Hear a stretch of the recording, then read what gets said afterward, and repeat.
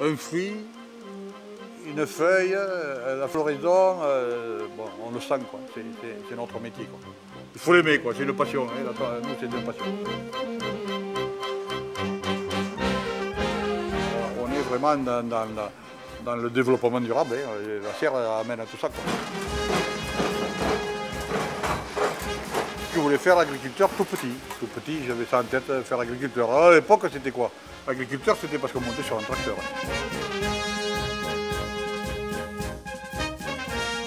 Si vous voulez, on va faire un petit peu le tour de la serre sous verre. Donc, c'est une unité de 37 mm² au total. Ouais. 20 mm² sont destinés à la tomate frais, expédition, vrac, dite tomate de salade.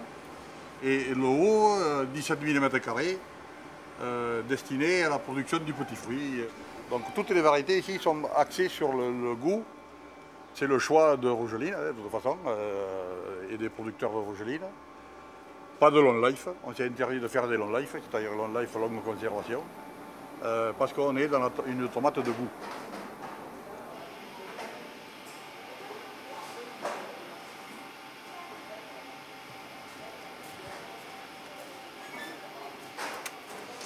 Voilà, ici, donc, variété marzonette.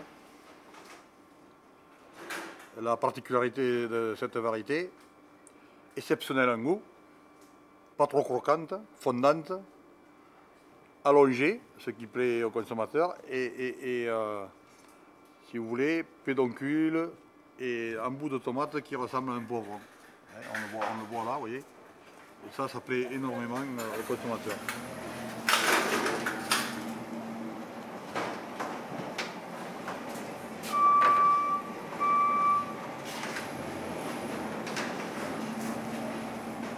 Pour qu'il y ait des tomates, eh bien, il faut qu'il y ait une pollinisation des fleurs.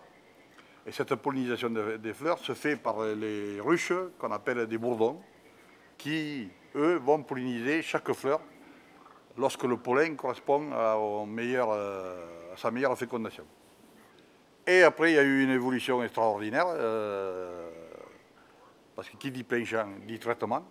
Et la plante subit tous les aléas climatiques, et alors que la serre, il n'y a pas de traitement, puisque nous faisons de la lutte intégrée.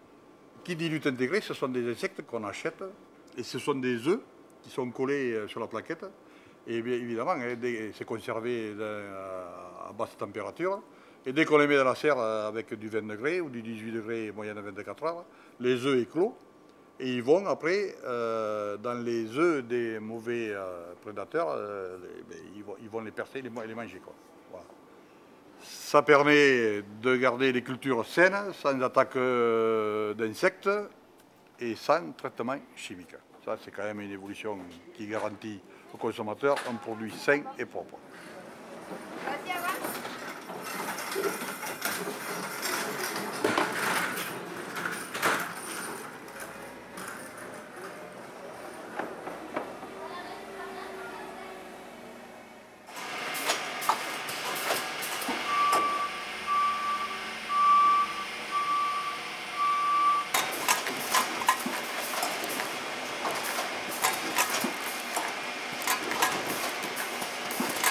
Tout ça c'est informatisé et à la sortie de la barquette, il y a un contrôle de poids pour justifier vraiment au niveau des centrales qu'on a bien 250 grammes.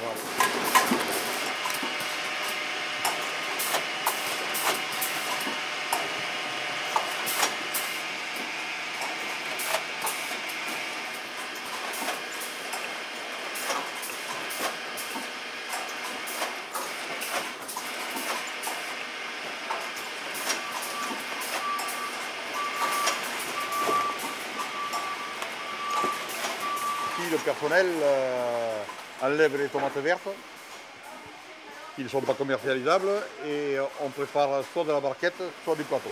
Voilà. Donc tout est fait manuellement. Là, il n'y a pas de mécanisation.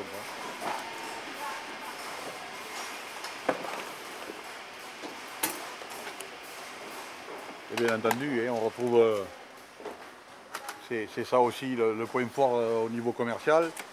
On a la marque Rougeline, mais le consommateur, quand il part chez lui avec la barquette, il sait qu'il a acheté de la Rougeline. Et c'est un repère pour le consommateur. S'il est satisfait du produit, il revient l'acheter.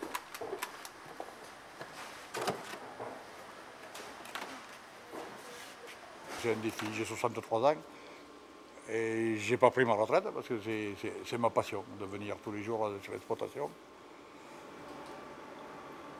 La fierté aussi d'avoir construit ça, moi le petit agriculteur, de donner du travail, parce que vous avez vu, c'est du travail en famille, tous mes enfants ils se sont installés autour. Bon, je fais travailler des gens, je partage ma passion, parce que bon, on voit de belles plantes, mais les belles plantes c'est le personnel qui le fait. Il n'y a pas que le chef d'exploitation ni le chef de culture. Il faut associer tout le monde.